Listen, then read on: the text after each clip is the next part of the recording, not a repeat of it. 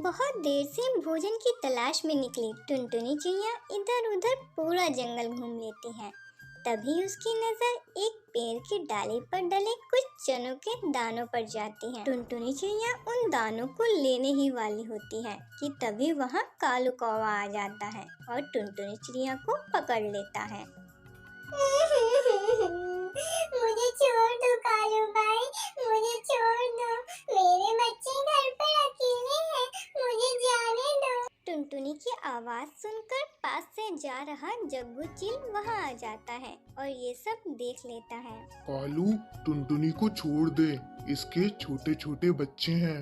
मैं इसे नहीं छोड़ने वाला जग्गू चील, मैं इसे शहर के जंगल ले जाकर बेच दूंगा और अपने सारे के सारे पैसे वसूल लूंगा।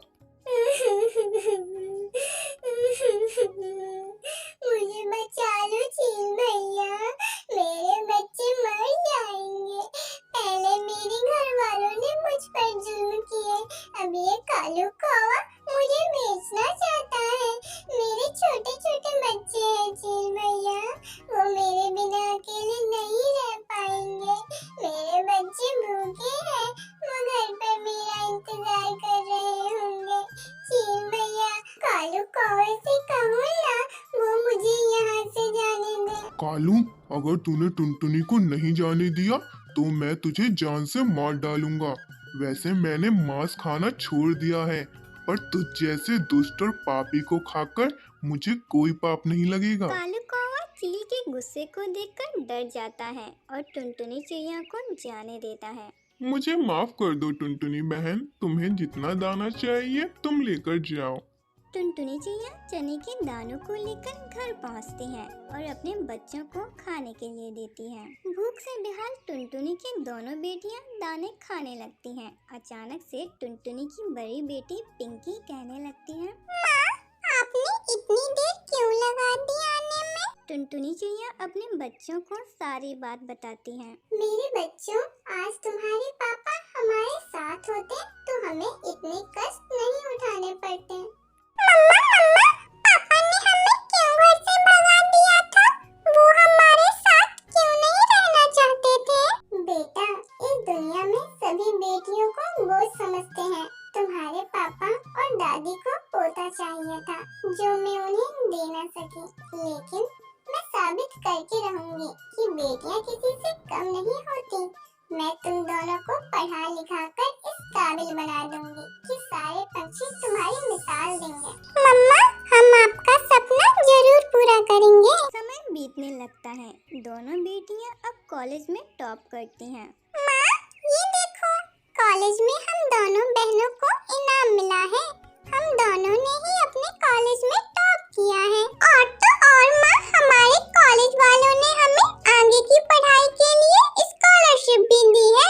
हमारी आगे की पढ़ाई अब फ्री में होगी। मुझे पूरा विश्वास था बच्चों कि तुम दोनों अपने आप को एक दिन जरूर साबित करोगे, लेकिन अभी तुम्हें आगे की मंजिल भी तय करनी है। धीरे धीरे समय गुजरने लगा। पिंकी चिड़िया डॉक्टर बन जाती है और भूरी चिड़िया पुलिस इंस्पेक्टर। एक दिन जब पिंकी अपने क्लिनिक से घर लौट रही थी, तभी उसे रास्ते में एक घायल पंछी दिखाई दिया। अरे, आप तो बहुत जख्मी हो, ये सब कैसे हुआ आपके साथ? बेटा, एक गाड़ी ने मुझे टक्कर मार दी। पिंकी चिड़िया उसे लेकर घर आती है। टुनटुनी चिड़िया उसे देखकर हैरान हो जाती है और पिंकी से कहती है, पिंकी बेटा, ये तुम्हें कहाँ मिल गए और इन्हें लेकर यहाँ पर क्यों आई हो?